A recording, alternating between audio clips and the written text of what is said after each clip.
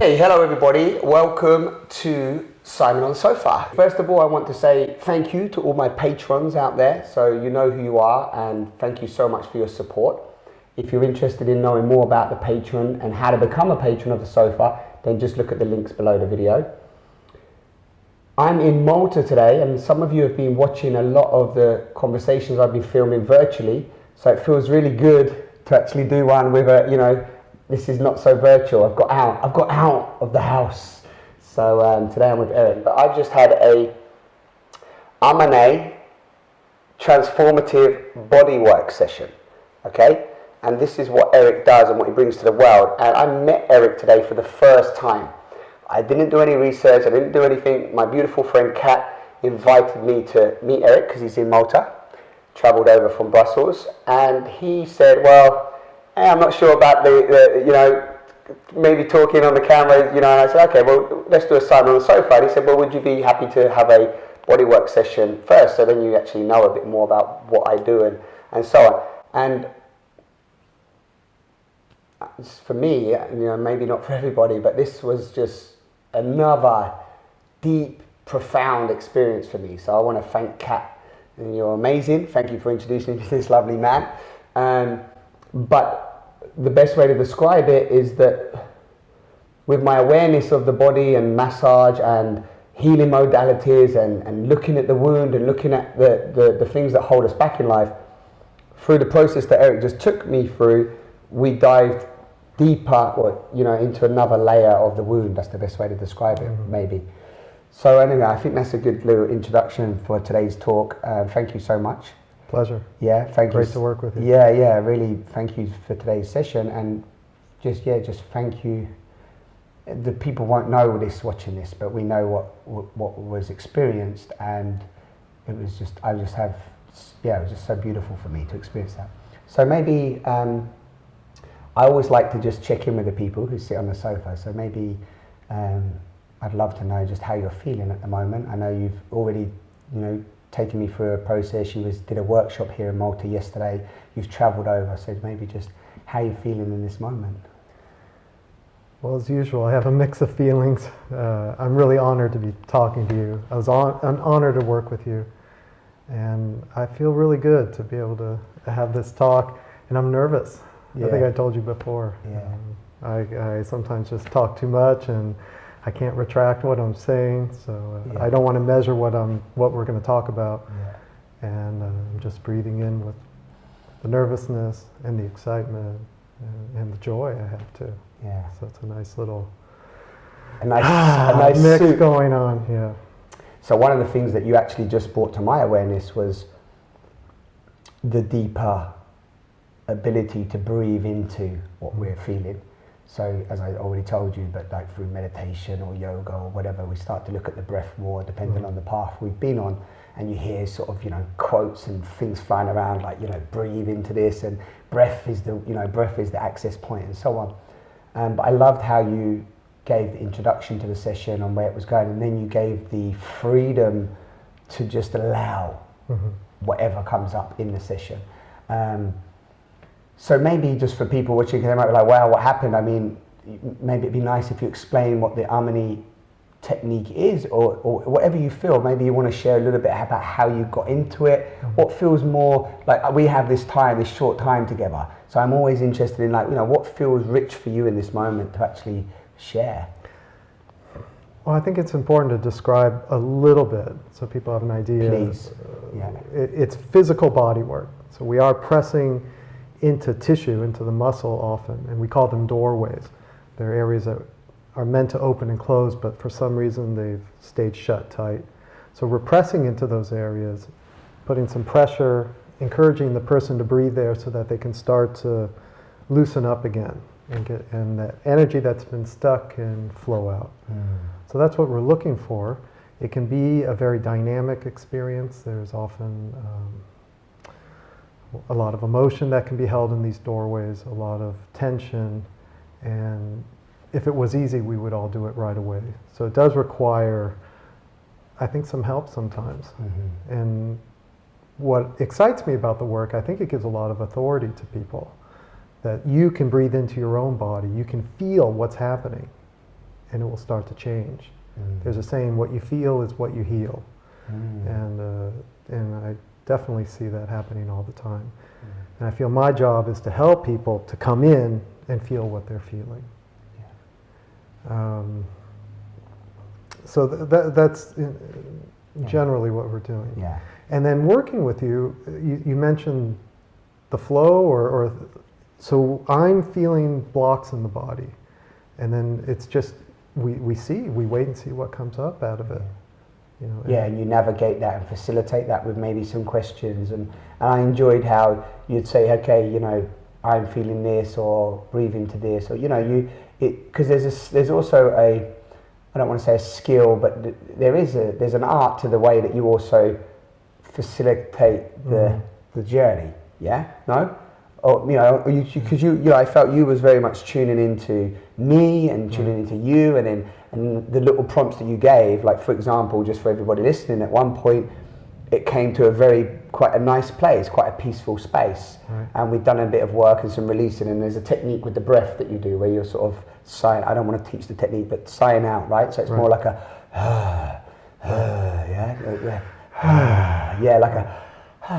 like you, and Eric described it as like, you know, you've got to the top of the mountain or whatever, and you've made it, and you're just like, you know, so you start breathing in that way.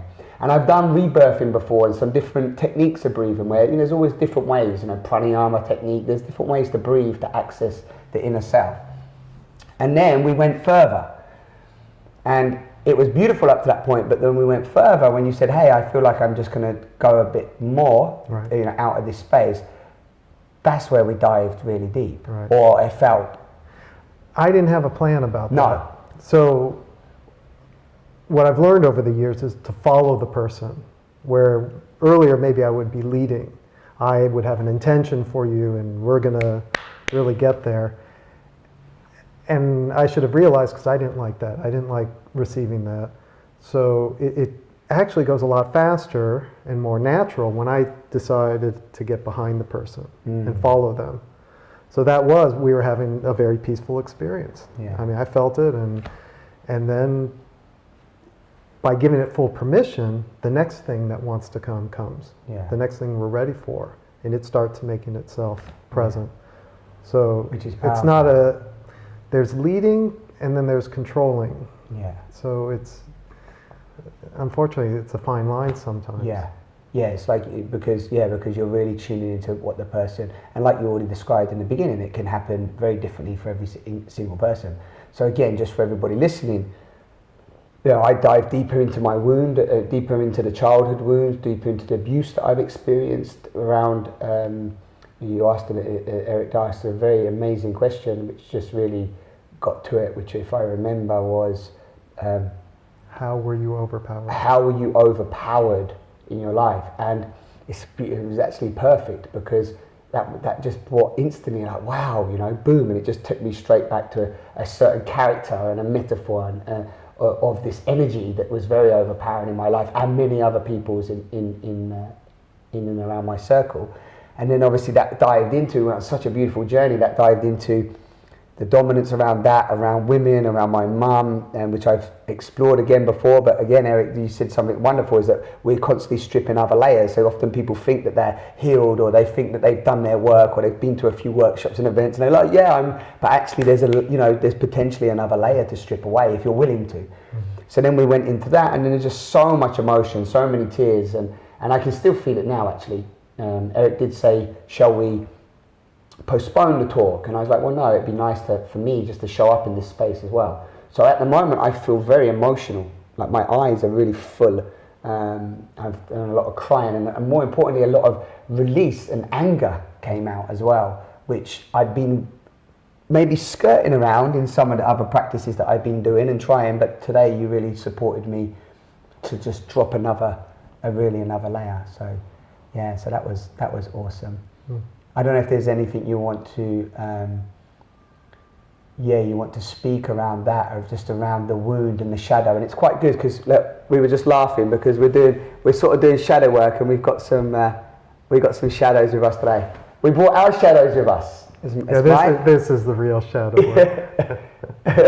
This is the real shadow work. So yeah, so maybe, I don't know, what feels, does it feel good to, because that's what we're working with, right? We're working with the shadows, right? Or not? Or can you say that? Or it's part of it. Or the emotional pain. It's part of it. Yeah. In many ways, we're really talking about our light and our natural, divine being in essence. And I think we have to look at the shadow to peel off the protection we've put that keeps our divine nature from showing through. So really, in many ways, it's really a very positive work or a very light-filled work. Right. And we don't always see it all the time. Yeah. There's a trap in this kind of work to dig in the mud, we call it, constantly in the shadow, constantly in the mud. And there's a trap that we just, slop the mud over us. Yeah. And we stay there. So I think it's really important. There's also fear to go into the shadow. So right. There needs to be a little bit of a push or an intention to go there. Yeah. And not get stuck in there. Right. So I like to think of it, one foot's in the mud and maybe the other hand's reaching upward. Right. So you do them both at the same time. Knowing we're stripping away, peeling away old beliefs, old wounds, hurts, so that we can really receive all that we are. And that's really, for me, what excites me about the work and keeps me going. It keeps you going, yeah, and I can see that. I can totally, not see it, feel it, I can. Because as I said to you from today, just acknowledging that again, all of that pain, my father, past relationships, abortions, everything. Just really absorb, looking at all that again. And then, like even now, I can feel it. It's just all around me. Can you see it? You can feel it, can't you? It's just all. I can't believe you're sitting here talking to me. Right. It's like, it's all here and it's so beautiful. And yeah. And it was a lot for me. Yeah. It was a lot for me. I went and really took some time for myself. Yeah. Because whatever I hear in somebody else, I have to see it in myself. And that's also why I do this. I tell my students I'm lazy by nature, so I need I need motivation or an outside force to make me keep looking and looking at myself. Yeah, keep looking at yourself. You said that, isn't it? When you work with one, something really beautiful for me, some massive amount of gratitude and appreciation for Eric and just everyone that's working on a one-to-one basis with people, and I acknowledged you in that space. And there was just, when I sat downstairs after, there was just this layer. I said to you, there's like this vision, this clearer vision, and the clearer vision of just a real opening to also notice other people's pain, funnily enough, like my mum and the people that I've experienced pain with and maybe hurt along the way in some way. And then also just like really opening to there and knowing how much the pain they're feeling through the fact that I got to feel a bit more of mine, right? Does that make sense? Absolutely. Yeah. So that was really, like I really connected to my mum on such a much deeper level of like, wow. And it's something I really want to say to her is that it's okay now. Yeah, it's okay. Like you got through the fight. The fight was horrible. It was gruesome. It was not nice. Yeah, you didn't have to endure that. Just like I did it, just like everybody that's in that, and one of the, as you know, the anger points was like, people don't have to experience this. I feel this so much abuse, to some extent. That was something that I felt. Yeah, so that was, I'm just feeling that still. It's a lot. Yeah. We say that a lot. It is a lot. It's a lot to come up, in a short time. And it's not easy. So that's why I really do honor you for all that you allowed and willing to talk about it. It's really and I'm willing to talk about it because also people are scared of this work to some extent. And even if somebody listens to this conversation and meets you and trust me for the people that I bring to the show, and then can trust you in that space and explore this, whether they come to you or not, they just explore this work. And there's many different people talking different things out there in the world right now. But I think that when we can meet somebody that's genuinely working with the individual, meeting the individual where they are, as opposed to, I've got the 7 days to healing, you know what I mean? 7 days to healing. If you do this, this, and this, you're gonna be healed, right? Or, you know, you want abundance in 7 days. You know, I don't know, I'm just like, but so, yeah, what comes up for you from that place in terms of, and maybe I'd love to hear how you got into this work even, or like what, you know, how long you've been doing it, and what, you know, what who pulled you? Kat pulled me to you. Who pulled you in? Me. I want to say something about that. It's hard to do this work, and it is. It's delving into our vulnerability. And I said yesterday to a group, I hate vulnerability. Sucks. You know, even after all these years of doing this, you know, I kind of have to be encouraged, massaged into vulnerability, and I'm glad when I do, because I just feel a much fuller person. But it's not my natural desire or state, and my God, and I'm saying that I've been doing this for a long, long time. You know, I can only imagine, you know, somebody out there who doesn't have the tools and hasn't had a lot of experience of working on themselves. Why the hell would I do that? Yeah. And so it is a lot. It's every step somebody takes is a big risk, and that's. It's always touching to watch somebody take a risk. No, you know, it could be judged as a small step, but it's not. It's not for that person. You know, wherever we are along our path. And when it found you, or when this technique found you, it helps you in some way, right? This work changed my life. Yeah, that's it. Yeah, go from there. This work changed your life. Yeah. I mean, I don't think I'd be doing this for 20 years if it didn't. Yeah. And I never thought of myself doing anything like this.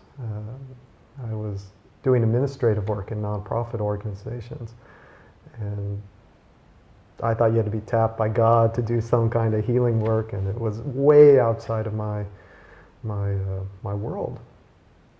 The first session I had, I was working with a guy in San Francisco, John Burney. He's a wonderful healer, an important teacher for me. And he helped me a great deal. He taught me about meditation, energy work, body work, and he really supported me for a lot of years. And then he learned this technique, and he was trying on his clients. It stunned me. It was painful. It wasn't easy. And I let go. And that wasn't easy for me at all. I probably hadn't really had a good cry since I was a kid. Right. And it stunned me. It stunned me that I allowed it, and that it happened, and that it went to the end. You know, probably any time I had cried, somebody would be there to try to, you know, they're there. Exactly. You know, and stop it. Right. And this just went, I described it until the well was dry, and I was a different person from it. And the area that was being worked that was quite painful wasn't painful at all after that. So John went in, worked in there again, and I thought he was being nice to me or soft. I said, it's okay, John, you can really get in there. He goes, I'm in there all the way. And it stunned me. And I'd heard rumors that we're holding emotion in our body, and that was really vague, and I didn't really understand how that could possibly work, and I got it. I needed the direct experience. Because if you told me about it, it wouldn't mean much to me. Yeah. But having the direct experience, it imprinted in me very deeply. I left there a different person. I signed up for the 5-day workshop soon after. That changed my life completely. And then from there... And that was to learn the technique? No, in the workshop, it's really a healing experience, really to help. It's like a session, but much more intense, and really go deep into our defense mechanisms and letting go of old stuff. In those days, we used to do a lot of the work ourselves. So the teacher would show us in the morning what we were going to do. She did more of the important work, I would say, or she would come and really get the deep clearing. Yeah. But we were also doing some of the work throughout the day. And I guess it was very natural to me. And so the teacher's assistants were telling me that I should sign up for the next program. And that's where I said, you're crazy. I haven't been tapped. You know, it's not for me. Yeah. I'm not that kind of person. It was a little too out there for me. Yeah. I went home and I probably spent a month or two reflecting on it, and I decided, well, it's going to be good for me. There'll be one more long workshop, and I'll get a lot of work that I need. Somewhere near the end of the program, the training program, and I had that aha moment. I love doing this. This is that thing I would do whether I was paid or not. Right. And that was another thing I heard about that I never believed in from people. And there it was. So from then on. What you never believed in? That there's a work you would do if you weren't paid for it. Okay, right. Yeah. So that opened that as well. Yeah, that was great. So I've been doing it ever since. Yeah, amazing. Yeah. And you're doing it and you're sharing. I don't know, obviously you're having different experience with everybody, but I think the way that you passed on that technique today, to me, whether I become a practitioner or not is irrelevant, but to experience it, I think, and for definitely people listening, it's being brave enough to go beyond the fear of the unknown and experience it. Because if you don't experience it, it is just, again, talk. It's intellectual talk. It's logic. It's like, yeah, this is great. This is good. Like any of the many healing modalities out there, right? You have to just find one for yourself or find something that works for you. Absolutely. And try different ones, but like find one. And when you find it, go with it a bit longer. I mean, I think maybe today, which really benefited me, is that I had some awareness around some of the different ones. Maybe I've done a bit of rebirthing and so on.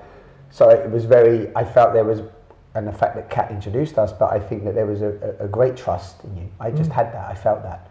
Maybe other people feel that anyway, maybe that's just how your persona comes across, but I felt very supported and trusting you, and that helped. That trust is important. I don't think I trusted John. Yeah. And I thought about that first experience. If it was somebody else, if he sent me to an Amanae practitioner, I probably would have just bared through it and just said, thank you, and never see you again. Yeah, that was a random experience. I'm going to go now. And I need to be with, so it's all orchestrated too. I needed to be with John so that I would trust enough to let go. So I'm really thankful for that. And it was all orchestrated. Yeah.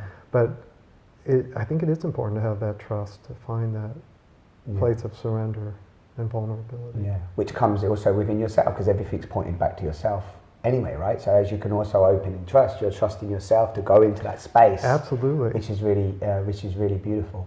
So I think as a point of importance when we talk about emotional pain, and it's a hot topic at the moment in terms of, if you go into the spiritual realm and so on, if you're happy to talk a little bit about this, because I mentioned when Eric said to me, he told me a little bit about what we were doing, I said, that sounds a bit like the pain body and the term that Eckhart Tolle uses and I use, and the shadow and the pain, and then we both spoke, and if you're happy to sort of just share a few moments on this.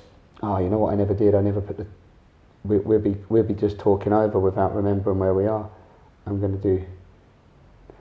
This is self-harm filmmaking, right? It's like I've got the timer here to tell me when to turn the video on. Gonzo filmmaking. Gonzo filmmaking. Yeah, it's just people's fear around entering the emotional pain and the shadow.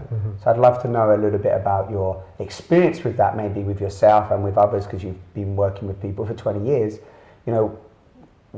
What is that? Is there? I've heard recently, which I already told you, that it's through the pain that the joy is. It's like our deepest wounds have our greatest gifts.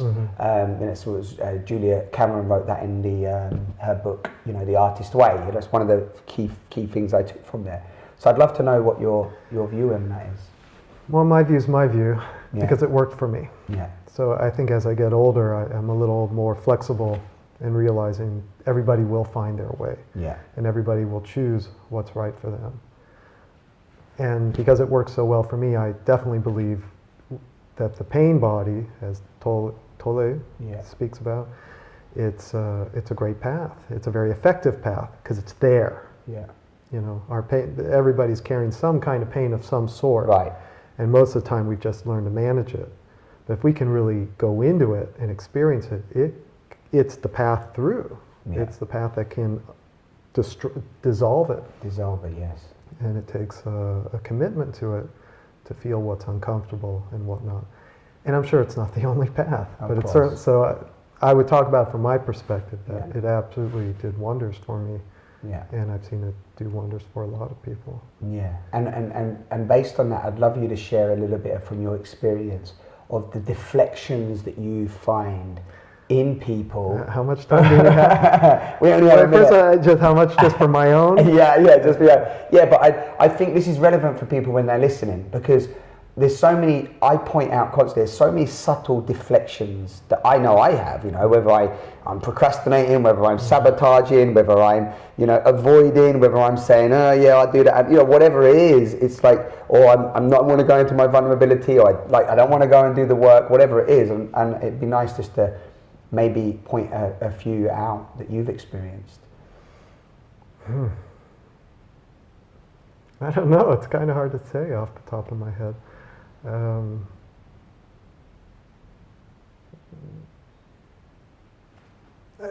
People will have a great experience with the session, and they'll say, oh, I want to come back and I want to do a lot more of this, and then I never hear from them again. And I always find that interesting. So I wonder what happens after. Yeah. I think a lot of people they deny their own experience, so the mind gets very involved. Right. So we see it after workshops, or even the next day, somebody will have an amazing experience, and the next day they're doubting it. Oh, it didn't. They even literally deny that it happened. Right.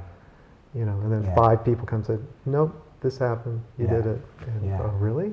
And I did that. I did that. I remember, and I couldn't believe it. Somebody pointed it out. I was like, yeah, shit. How did I think that didn't happen? So the mind is quite powerful in its ability to move us away from what's uncomfortable. Right. Even though I had a real positive experience, it moved me away from it too. I think my mind wants me in a very stable, comfortable place. Yeah.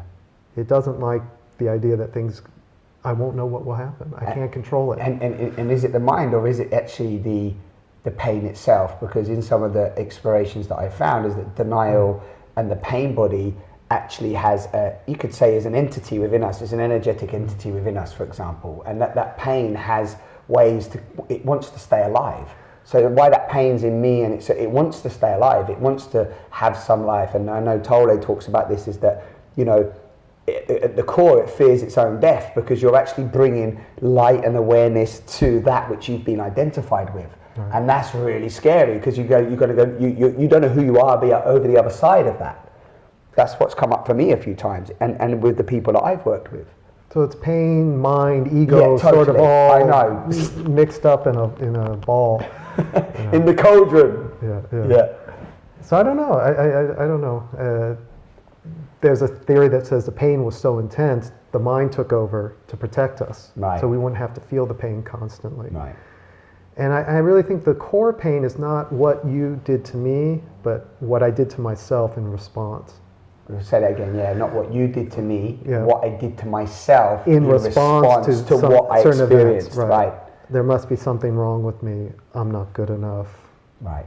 Those are really distasteful. Yeah. Straight into core unworthiness. See how it's all interlinked though? And for me, and I stayed a long time with this happened, and they were screwed, and they're bastards. Right.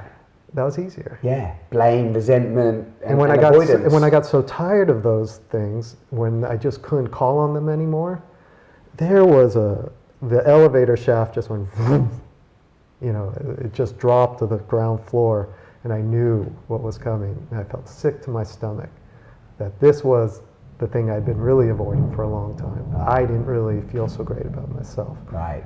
I thought something was wrong with me. Right.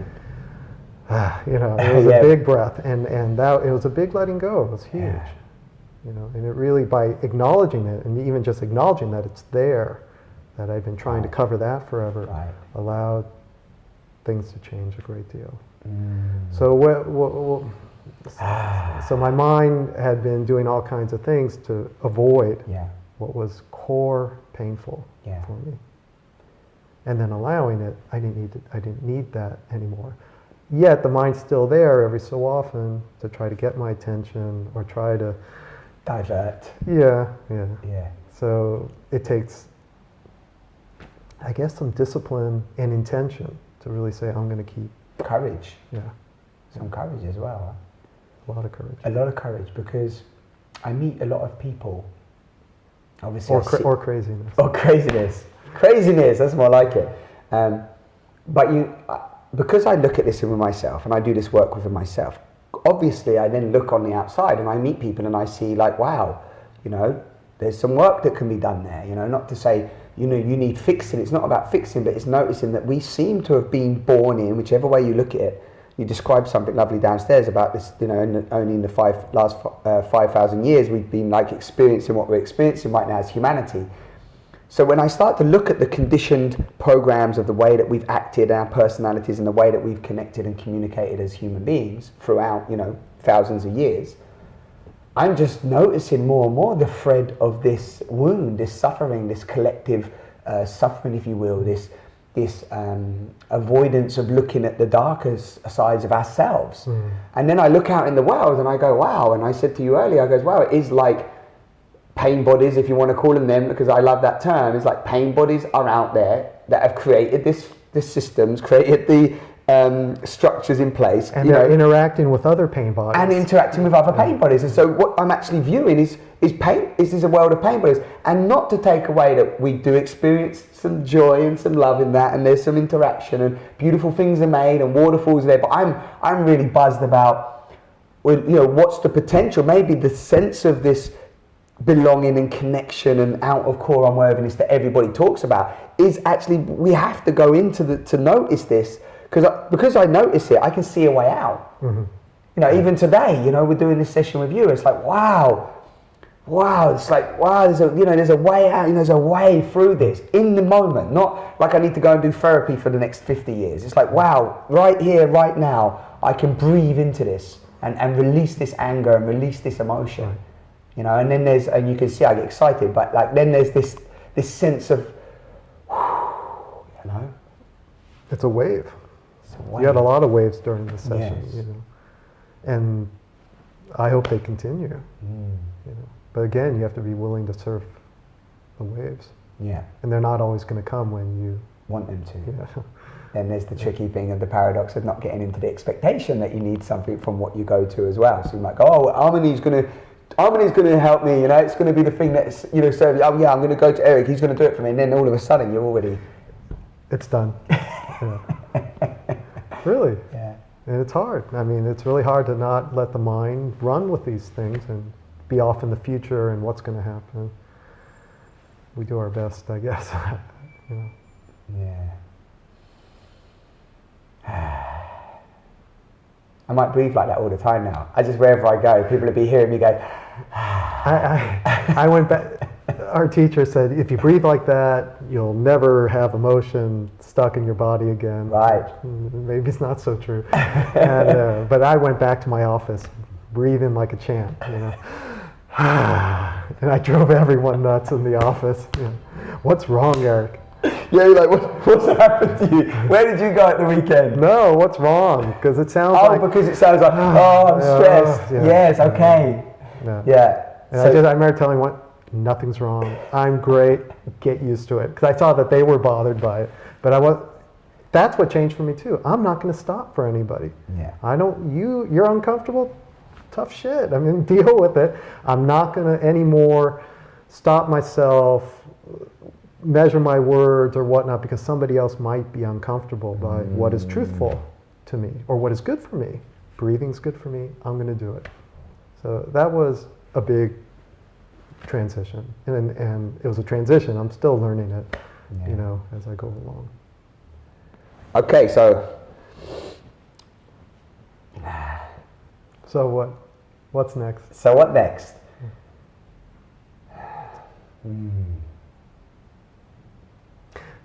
I got something.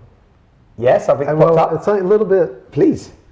We talked a little bit about teachers. Yes. You know, and how they can be maybe a little full of themselves, or I guess what I want to say is what's really important is to realize as we're in a body, we have a chance to work on ourselves till the day we die. Right. And it's not always just digging in the dirt. It may be exploring more love, more vulnerability, more expansion. And I think we get an amazing opportunity as our spirits incarnated in this body. And I think there's a risk when people become teachers, quote unquote, that they think they don't need to do that anymore. Right. And that's really, it's a slippery path, I call it. So that's where we're all the same. We're all here to look at the pain body, so that we go out and not fire each other up, which maybe is necessary on the other hand, but that when we come into contact in a difficult situation, instead of saying, oh, well, their pain body is a real pain in the ass, I should have just avoided them. Or you can say, I'm quite triggered by that. Yeah. Something's coming up. Yeah. Why don't I go and breathe with it and see what it reminds me of? What does it do for me? And then strip another layer. Yeah. And I think there's a trap that if you're considered a teacher, you don't have to do that anymore. Right. Yeah, I often say at the beginning of my events that I'm not the capital T teacher that spirituality would have us believe, which is actually fraught with this idea that I know something that you don't know, and you need to be better in order to know it, or you need to come to me in order to know it, right? Yeah. And it's like, and I love that. I can't even remember where I found that originally a number of years ago, but because it feels that sometimes we fall into this place then where the teacher has to know something, the hierarchical state has to, I have to be here, I'm the one who's done the work and got the knowledge, and I'm more superior. Then we fall into this superiority complex, which is that, I know something, and we lose we lose the authentic connection. And I had this conversation recently with a friend on this, around this whole thing of teacher, guru, mentor, and how, how somehow the people also distort this by putting these people on these damn pedestals and saying that, look, come to him, he knows, or they know, or whatever, pointing the way, which then the teacher then has a responsibility to in my mind anyway, to say, in my world, to say, hey, and point it back to self, like what you've been doing, like what I do. But what happens, I think, with some of the teachers is that just doesn't happen. Because it feels good. Yeah. It's like, why? Oh, wow, I'm not going to deflect all this. I've had a lifetime full of shit and pain, and now everybody loves me, and they're giving me things. Yeah. And look, all these people, they want to see me, which is actually, I thought this the other day, this is a subtle, another aspect of the unhealthy ego, because I was thinking that even at the moment, I was looking at myself the other day, I was thinking, okay, there's this talk of like, I'm serving something greater than myself, I'm part of like, helping humanity, and I'm here, and I'm giving myself over to something greater than myself. And I looked at that, and I looked at myself and what I create and what I put out there, and I thought, this is a thin line, yeah? Because I am feeling I'm serving something greater than myself. I want humanity to evolve, I want it to be a much more loving space, a loving world. But underneath that, I'm still doing what I want to do the way I want to do it. I still want to put it out there. I still want to be seen. I still want to be seen to some extent and go, hey, look at me over here. I do it like this. Come and watch Simon on the sofa, transparent conversations. This is great. This is a real good way of communicating, right? So I have to check in with myself constantly and with discernment and go, hey, am I just projecting a whole heap of bullshit and another part of the unhealthy ego? Right? Do you see what I mean? Right. Or can I bring that? Can I really look at that and go, like, what does it really mean to serve something greater than yourself? And if you're part of that something anyway, are you just serving yourself anyway? Here, I'm going to go into a mind flip now. And then, how do you differentiate when you're moving out of this sort of me mentality, which I sort of was in when I was a criminal and I was a thief, and I was like, I didn't have no consideration for anyone else. I was in deep ignorance. Who cared? It was all about me. Look at me. I want to be an actor. You come and look at me, and I got this, and look at me driving my car, right? So I understand that. But then it's such a subtle dance with when you then go, well, okay, am I not still saying, still look at me, but just in a different way? I've got a camera on me. Right. And I'm not driving down the high street with flash wheels playing loudspeakers. I don't know. Anyway, that's what's coming up for me. Yeah, absolutely. What I hear you saying, the ego has to constantly be checked. You're serving, and that's true. And you're wanting to verify what part of this is propping me up. Right. And, so you can still do the same thing and just recognize where the ego still wants recognition. Right. We all want recognition on some level. Yeah. So yes, and then it's but if we're acting from that so much, it's not helping us. Yeah. So it's just the discernment, as you said, looking at it, and that's not always so easy. Yeah.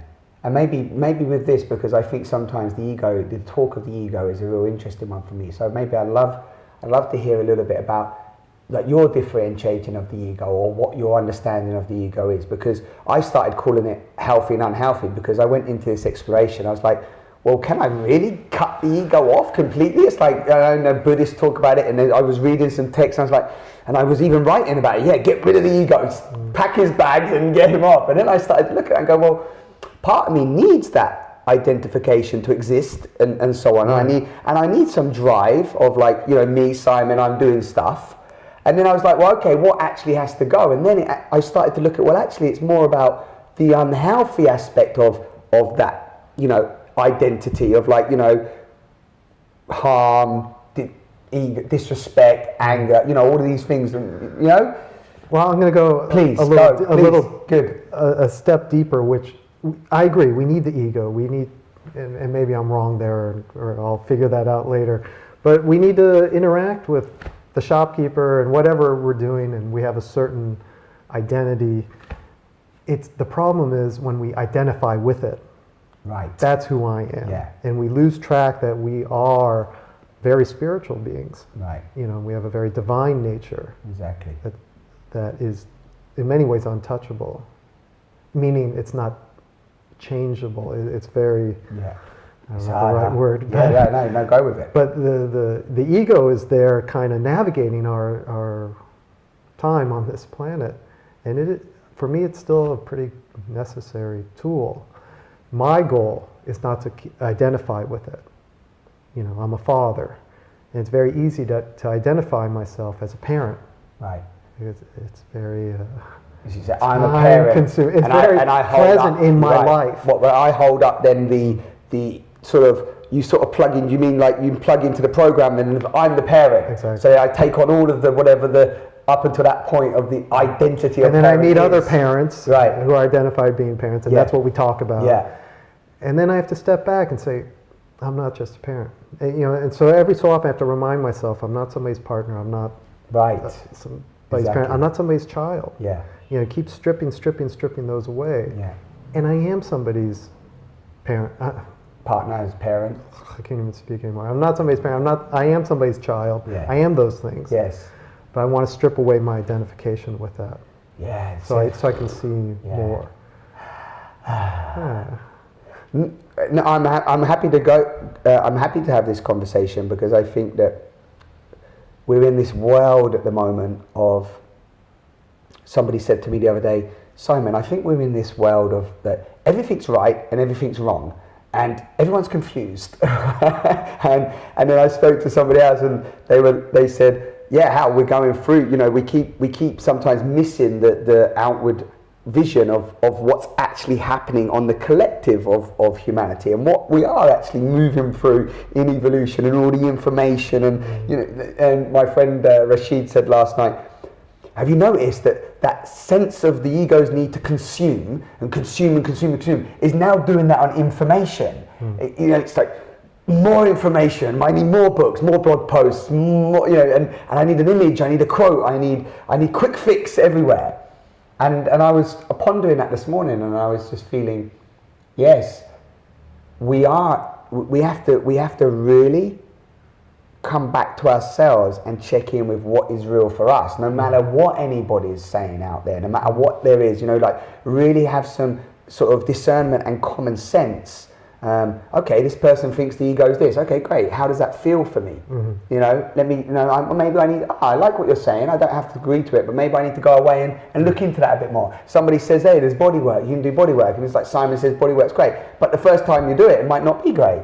Or you might not have a great experience. Or, you might think, what the hell was that about? But you might need to go again and again, you see? So I don't know what I'm saying here. What I mean is like we don't want to get too fixed on, because it's the same with the identity of a father or a spiritual teacher or love or, who are we beyond all of that? Right. Good question. You have to have the answer. No, only questions. Yeah. Yeah. Yeah.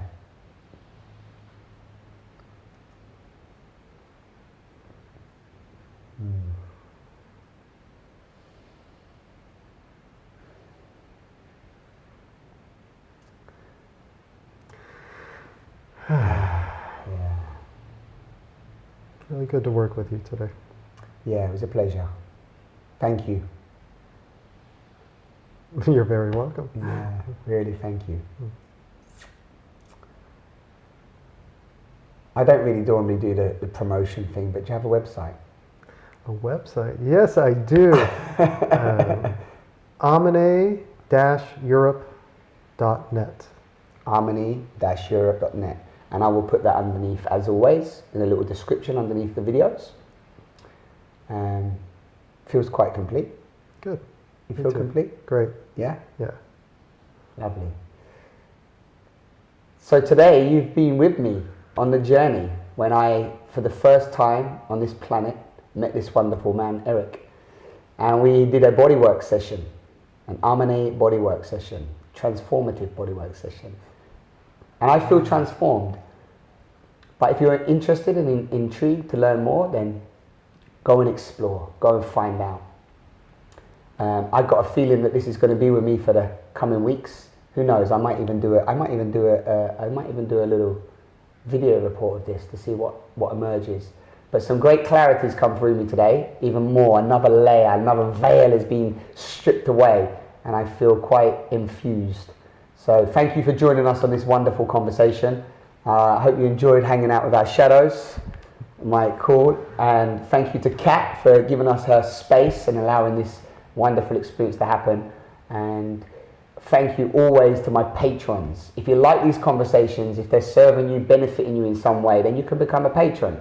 And from just sharing $1 with me, $1, $2, whatever you feel, just to support each video as it goes live, and then we're all helping each other to continue this beautiful flow of transparent conversations. And remember, they're conversations, not interviews. Thank you so much. I always ask for a hug. Can we get a hug? Yeah, sure.